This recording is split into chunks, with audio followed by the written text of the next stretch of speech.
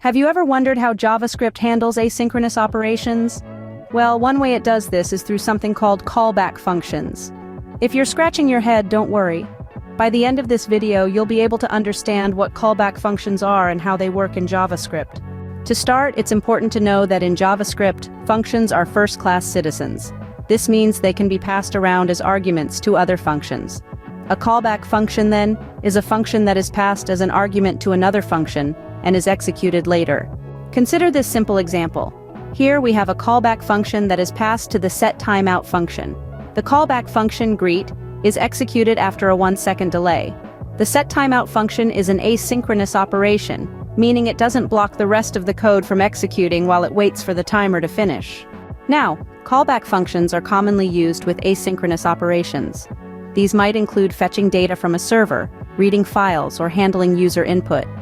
The callback function is executed once the asynchronous operation completes, allowing you to handle the result or perform further actions.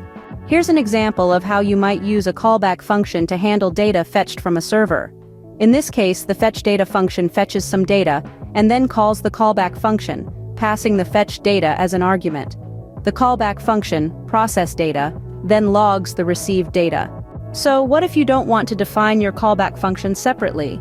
Well, you can define it inline as an anonymous function.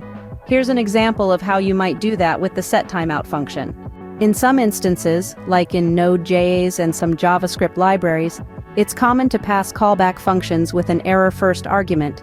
This means that the first argument passed to the callback function is an error object, which will be null if no error occurred.